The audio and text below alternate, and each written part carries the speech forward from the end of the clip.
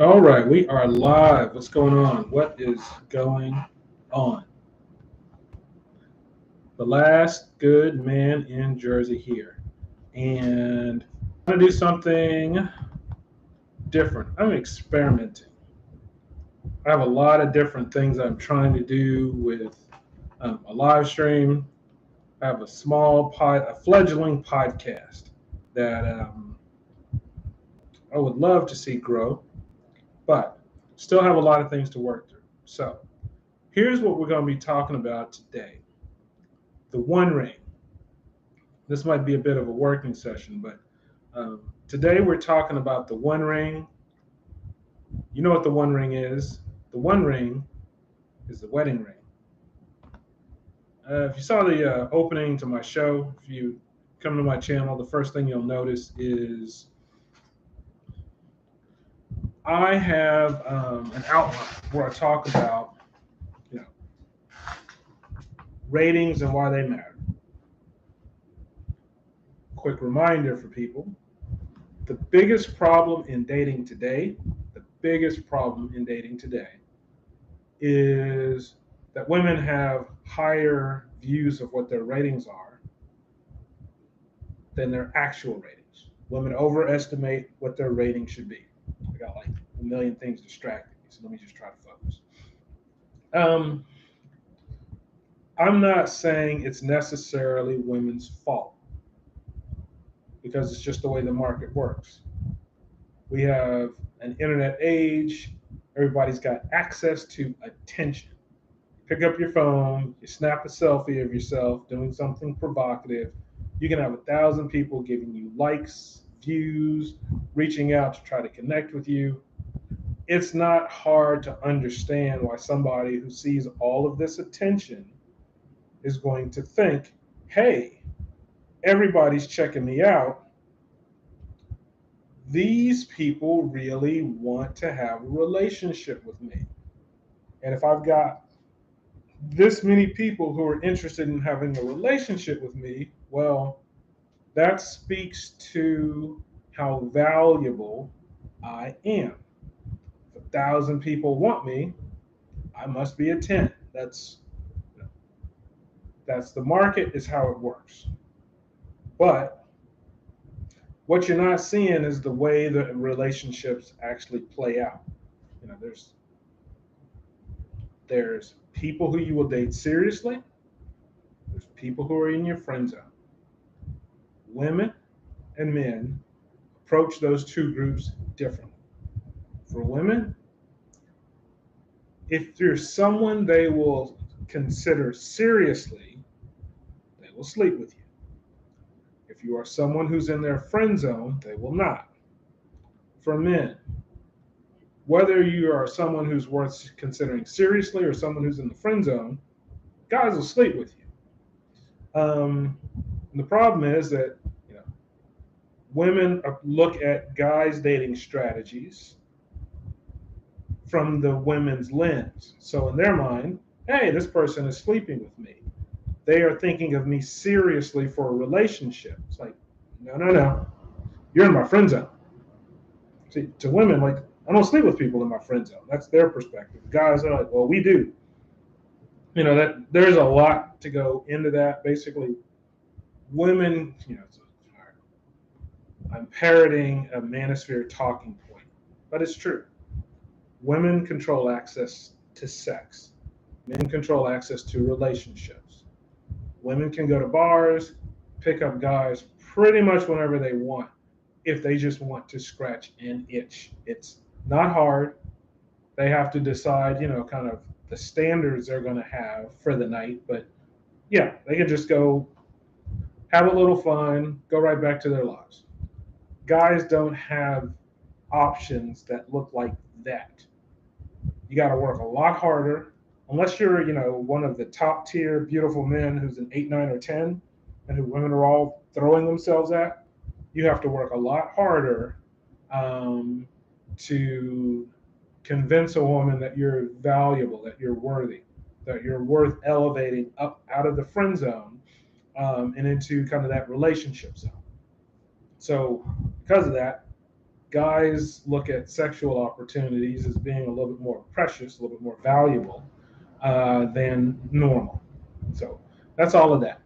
Um, but here is part of the problem, and we're gonna be doing some things today because I'm gonna try to build a video. I don't know if it's gonna work or not. If there was a way to share my screen, I would do it, but there's not. Anyway, you'll notice the opening sort of cartoon that I have. I'm going to build one about the friend zone and the relationship zone. But more importantly, this is what the video is about. It's about the ring that matters. The one ring, the only ring that really matters to women. And that's the wedding ring. A woman can be rich. She can have $1,000 rings on each of her fingers, jewelry, cars, all sorts of stuff. I mean, she can have assets and bling to help everyone understand the quality of life she's living. And in spite of everything she has, in spite of everything she shows, she can still be shown up by a woman who has a fraction of what she has, but who has a wedding ring. See, that wedding ring communicates something that no other jewelry have. None of the other jewelry have the power to communicate. You know, your $20,000 Cartier, whatever, doesn't mean anything because you went and bought it yourself, or it was a gift from some guy you're sleeping with. The wedding ring says that you're chosen. The wedding ring says that somebody saw you as having a special level of value. So, million women in a room, big money, high powered execs, lots of cash, lots of influence, unmarried. Let the woman with the wedding ring come walking in. Even though she doesn't belong at the business table with them, even though she doesn't have their money, their options for, vacations and luxury. What she has is a wedding ring. And that's going to be something that's impossible to ignore because she has an accomplishment that none of them have. They haven't been able to find someone and convince them that they are worthy. They haven't been able to find compatibility. Sure, maybe they've seen men who might have been interested in marrying them, but who they didn't want. Or sure, they may have seen men who they wanted, but who weren't going to take them seriously. No. The ring says that a man who's worthy pledged himself to you. You are special. And the only way to do that, the only way to have that kind of communication, to make that kind of a point, is to have the ring. Now, we talked about women controlling access to sex. A woman can walk into a bar basically whenever she wants and just decide what her standards are. Okay, she can take a guy home, have a little fun, scratch the itch, tell him to bounce, move on with her life. That's easier for her. Here in the West, the tradition for marriage is that the man proposes. That is how it works. Sure, there are some weddings, there are some proposals that are initiated by women, but that is a sliver of cases. Men control access to marriage. Men give women rings, pledge themselves to women, give women the one ring that distinguishes them, that helps them show their peers that, yes, they have a special kind of value. They are validated in the eyes of a man who was worthy. Not just dating, not just sleeping with. No. This man said, this woman, above all women, is the one who I want to pledge myself to, the one who I want to build with. Why am I talking about the One Ring? Well, this goes back to one of the recurring themes in my shows. Women want the ring, but they don't want to earn it. That's a huge problem. Not all women. There are plenty of women who are married. Clearly, they figured it out. Plenty of women who are engaged. Clearly, they figured it out. Some women haven't yet hit a point where they need the ring. They generally seem to get there eventually. Maybe they get it or maybe they don't. But a big problem, a huge problem that we have today is that there are women who want the ring and do not want to earn it. They view the ring as a gift. They want it, it should be given to them. Yeah, hand it to me, make me happy, fulfill me. Where's my ring? And it doesn't work that way. It does not work that way at all. Rings need to be earned. I have behind me this painting. Think of it what you will. It's one of my daughter's paintings.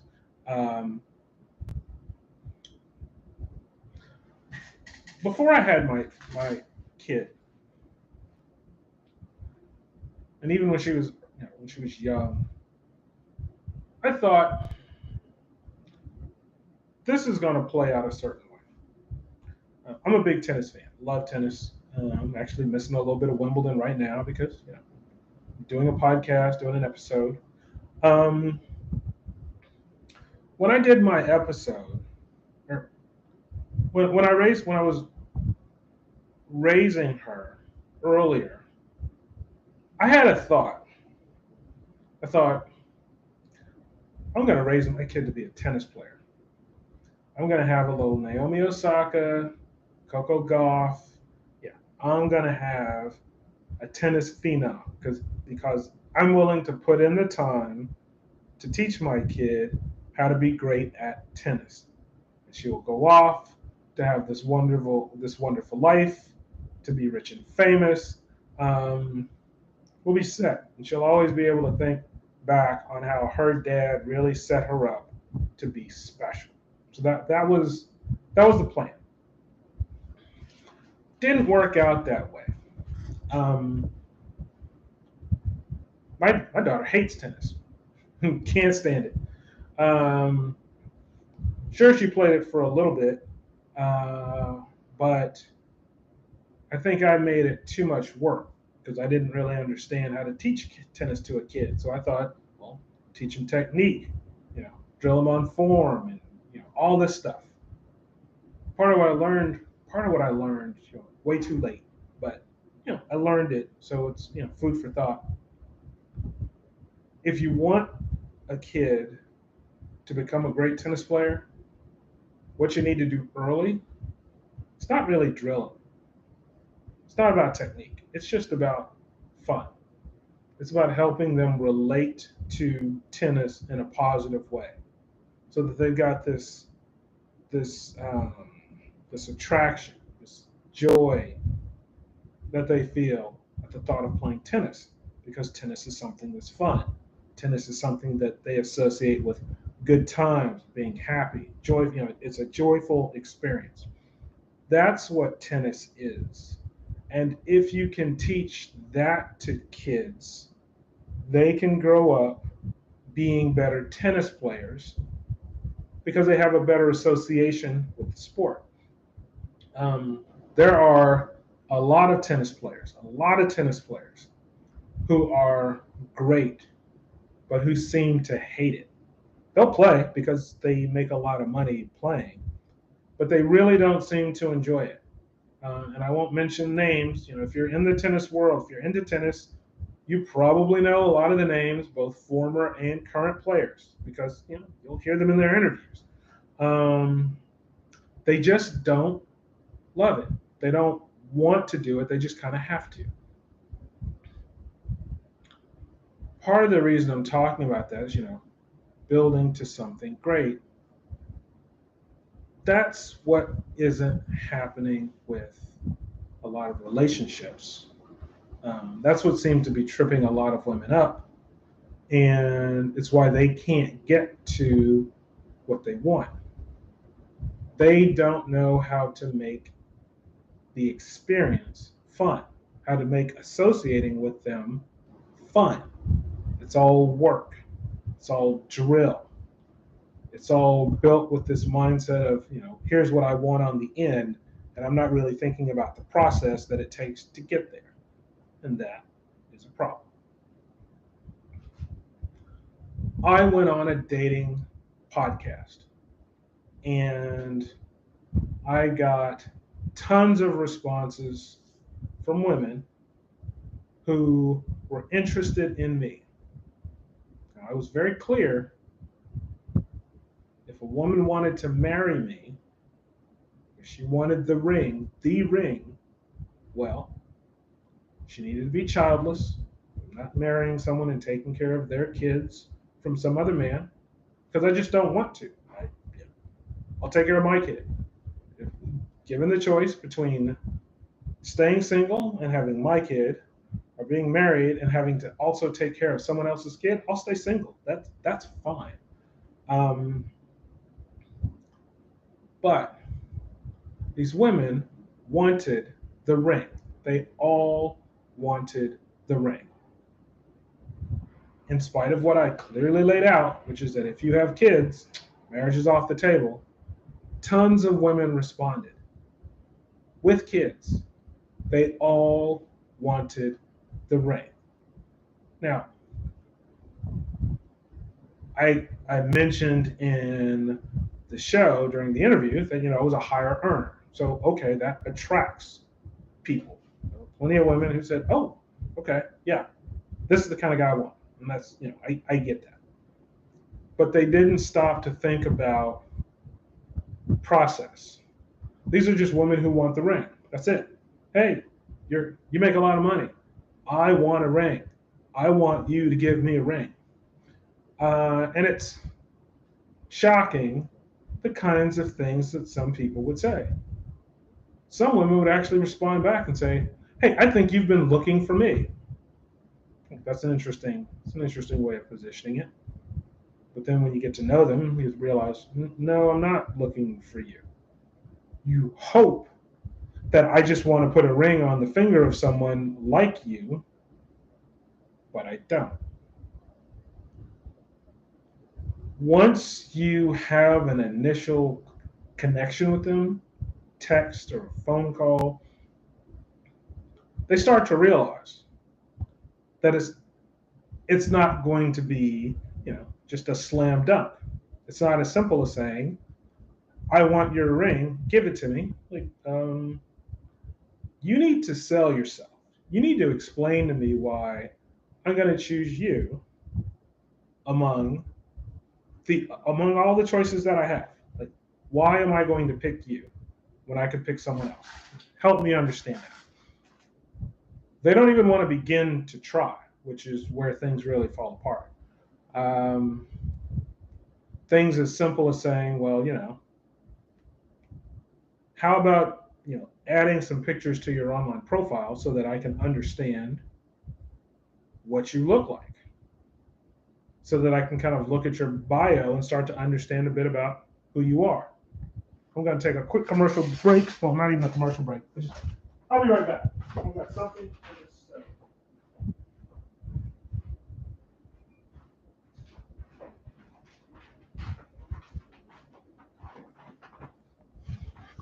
I don't want my lunch to burn. Let's see what this looks like if I do a little different angle. Just for fun. Okay. So they just don't. they don't want to work. They don't want to try. And it's a very interesting position to see someone who says they want something. Okay, well, you want it, but then to think, well, what are you willing to do to earn it? And women don't want to earn it. At least not the ones who contacted me, um, which was surprising because for women who want these rings so badly, I would have expected that they were willing to do something to earn them.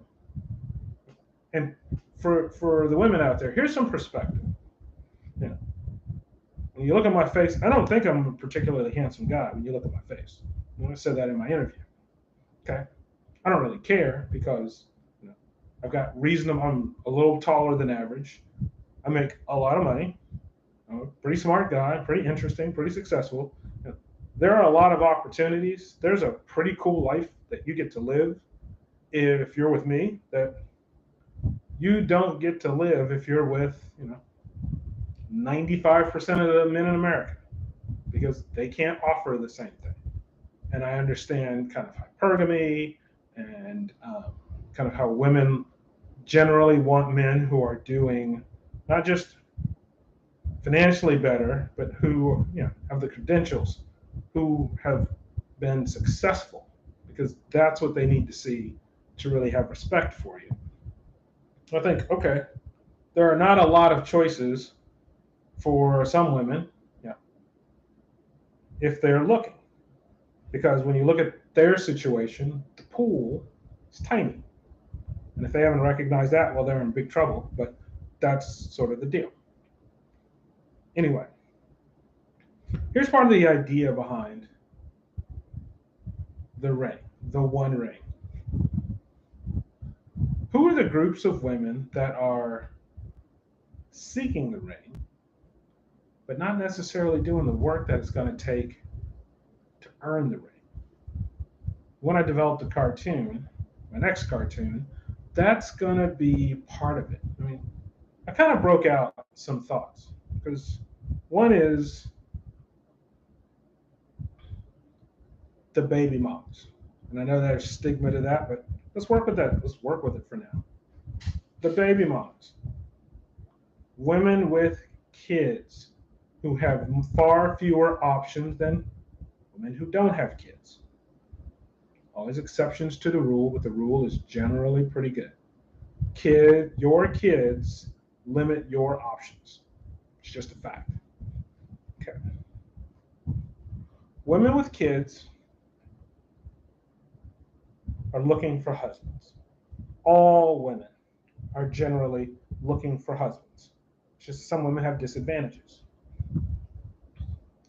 Women with kids are generally either good mothers who are involved in their kids' lives and who don't have as much time to date you and who aren't going to prioritize you. So potentially good women with kind of bad, priorities that aren't ideal for you. They're ideal for them, but who cares? I'm looking for what's best for me. Yeah. Or they're bad mothers, quote unquote. They're not that involved in their kids' lives. They have plenty of time for you because their kids, their kids will figure it out. Neither of those is a good situation for me. And a woman with kids is a woman with additional financial burden. So, women with kids looking for rings, but they're at a disadvantage. They're at a huge disadvantage. BBWs, bigger women, and we are trending heavy. We are an obese nation, too easy to supersize, foods are too good, the prices are too cheap. Things aren't going to change. Increasingly, there's stigma around overweight women. The beauty industry is trying to change the conversation. There's more effort put into promoting beauty in all its forms: older women, overweight women, asymmetrical women, all this stuff. But that's largely women talking to other women about what beauty looks like and trying to convince them, no, you are beautiful. Now, sure, in a generic sense, one woman talking to another, they can see your beauty. They can kind of look past, the covering and see the woman on the inside. Guys don't really look at the world that way. Your weight matters, your age matters, your symmetry matters, all of that. So while they can believe it all they want, their results are not going to show what the beauty industry is telling them. The results are going to show that no, if you're overweight, you limit your options. Younger, thinner women do have more opportunity. It's just a fact. As an aside, I have videos where I rate women on the attractiveness of their face, the attractiveness of their body, and any outliers that impact how I rate them. It's a factual observation. I really don't, I try to be as neutral and objective as possible because I'm trying to actually build something. A conversation around ratings and how the perceptions and the reality are different, and how people who understand their actual ratings can have actual results. I got temporarily banned from TikTok because of one of my videos, and it was very interesting. I have videos where I've said, oh, this woman smokes cigars, wouldn't date her. She's interesting, but no. This woman's really fit, but she's got a lot of tattoos, too many tattoos. And I don't just look at women as problems. I've identified women who I thought were fabulous, who I would love to date. But I try to do the range. So there's some good, some average, some bad.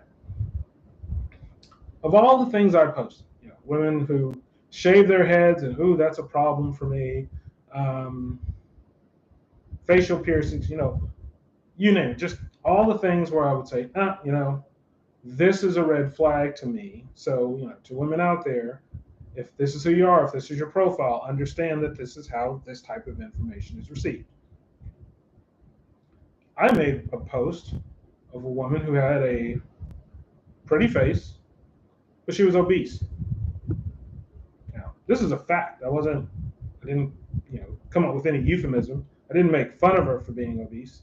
Didn't drag her. Just made kind of a factual statement. Pretty face, but she's too heavy, so I wouldn't date her.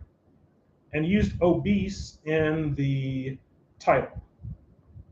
That got me banned on TikTok. Now I appealed it, and the ban was removed. Well, hang on a second. Let's take a look at your platform. People are saying far worse things about women than simply calling them obese, simply mentioning obese in a 60-second clip. So explain to me why it's okay to say these very horrible things about women that are designed to be hurtful, but it's not okay to use something that's more objective. It's just designed to be factual. However, the ban was lifted, and that video, next, can't use it. Whatever they did, that video cannot be shared. Okay. And I thought, well, I said obese. I guess obese is a dirty word right now, which is still kind of curious given some of the other things you see on TikTok. But fine, I can't say obese. I did another video. This time, there was a woman who had a beautiful face. It's the only time I've given a woman a 10 on her face. It's like, wow, her face is perfect. But she was obese. 10 face, 1 body. Now I realized the first time I used obese, I said, I'm not going to use obese this time. I don't want to trigger a ban or the algorithm or whatever. So what I think I said, tragic underperformer, which is to say, her face, she's a model, but with that body, she's losing. She could literally have the world at her feet, but with the body, it's too hard to get past. Okay, let me plug in my charger so I don't die.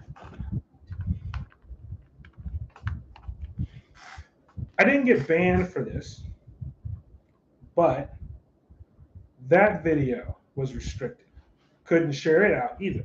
So presumably, people reported it and it was taken down. Here's what's curious. I have rated women low for other things. So, obesity is not the only thing that gets you rated low. For me personally, if you do drugs, you got weird colored hair, any of that stuff, that's just not me. I'm more conservative with the type of woman that I like. And so you can get a low rating. I can pretty much say just about anything and it's okay, but I can't say obese. People can say very, very condescending things about women, and that's okay. Just look at TikTok. Do your own simple search. You will see women being dragged for all sorts of things. It's kind of scary what you can get away with, but those are fine. Obese is not fine. There's there's a movement to try to destigmatize obesity. But it's sort of this shadow thing where you're saying that it's a problem, but to me as a guy, like, well, no, I don't want a woman who's obese. I don't I don't evaluate, I don't judge them for it. Live your life. I have I can have obese friends. I have lots of respect for some women who are obese and who I interact with on a regular basis. I don't really care. This is just about preference. Like, for me, for my preferences, I don't want someone who's obese. There are women chasing the ring who are obese and don't want to do anything about it. They want to watch videos about how obesity is okay. Look at magazines telling them that obesity is beautiful. Okay, you can do that all you want. Sure, you can find the couple of outliers who are obese and still seem to make things work. But by and large, your weight matters. By and large, being thin, fit, matters. And if you're trying to win the ring, you need to ask yourself if you're doing the work it takes to earn it. It will not be given. Lots of women responded who were obese, reached out to me through my DMs, and tried to approach the situation as if it didn't matter. They wanted to move straight into talks, serious talks about, our interests, our lives. And I thought, you are not fit. And I was very clear. I want someone who's fit. I am going to offer you a lot, and what I want in return are these couple of things, one of which is fit. You want the ring, what are you willing to do for it? So that's a group of women who are pursuing the ring, but who aren't really going to have the results they want unless they decide to do some work. And here's another group. I haven't really figured out how to describe them yet. Like if I throw out spinsters, that's too triggering. I want something that's a little bit lighter than spinster. I call them the 40-year-olds. That's okay, but it's still not quite right. But it's these older women, not necessarily the business women, although probably, the career successes. Still working on the title of that group. The career successes. Women who've prioritized their career, which I don't fully believe that's it. They're still dating, but they always say they're prioritizing their career. Okay, now they've hit a point where they are the successes that they wanted to be, but they're older. They're past 35. They're not married. They don't have prospects. They want the ring. but they don't want to earn it. They feel like their success has earned them a ring. They are CEOs. They are directors of Fortune 500s. They are big time industry women, but they're unmarried and they don't want to work for the ring. They just want the ring to be handed to them. Look at all that I've achieved. Give me my ring. Doesn't work that way. The ring is being dangled in front of women. Women want to grab it, but they don't understand the steps they have to take to get there. The cartoon is not going to be as explicitly solution oriented as some of my other work. It's going to allude to this idea. You want your precious wedding ring. It's almost in your grasp, but it's not there. You haven't been able to get your hands on it. And the reason you haven't been able to get your hands on it is you haven't thought through everything it's going to take. You haven't thought through your need to impress upon the man who would marry you that you're a good option for him. Whoops. Okay, had this propped up. Clearly it fell. Not gonna worry about it. Men don't generally want to get divorced. So they're not in a hurry to get married to someone because they want to vet them. Is this the kind of woman who I want to spend my life with? Is this the kind of person that I want to take the gamble with? That I want to build a family with? Is this a good person for me and my life?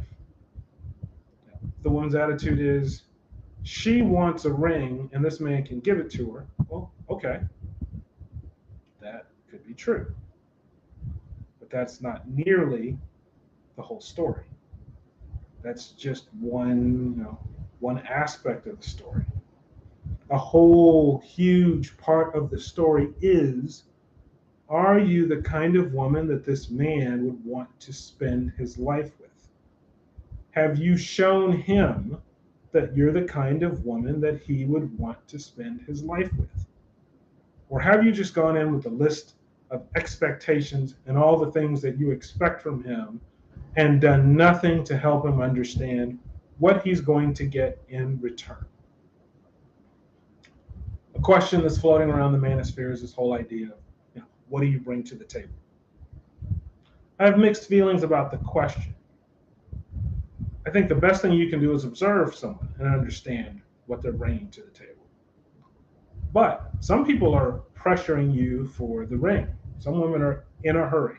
They want the ring. They want to know how quickly they can get it.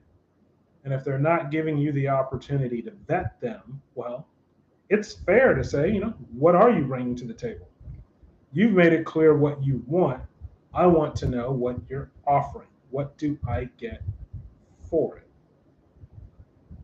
Very important for women to understand.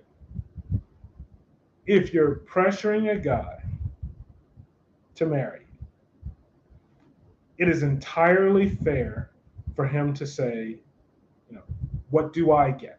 You told me what you want. Now tell me what I get for giving you what you want. If you don't have an answer to that question, you don't really deserve the ring. If you want him to observe what you bring to the table, let him do that before you start pressuring him with marriage. If you don't offer much beyond a big butt and a smile, don't be surprised if he kind of tests you, because he knows that a big butt and a smile aren't nearly enough for him to take that kind of risk. The one ring, the only ring that matters, part of the reason I will hold this up, this wonderful painting that my daughter did. The one ring is a sign that somebody thinks you're worth building with. But the question that you kind of need to ask yourself is, are you somebody that's worth building with? It's easy to say, yeah, of course I am. But I mean, really, are you the kind of person who someone's going to want to come home and see every day when they're tired from work and they want to watch a football game and they're not at their best? Are you the kind of person who is an asset to them in that situation? Or are you the kind of person who's a problem to them in that situation because it's all about you and what you need, and you don't really care what's going on with them? You need for you. And they just got to go figure themselves out on their own. Are you worth the one ring? Maybe you are. But if you don't have the ring, well, maybe you're not. Anyway, I'll be working on this idea. I'm not sure how long. I've got a core of the idea, and yeah, hopefully it's successful. Hopefully people like it, but we'll see. Anyway, that's the live. More later.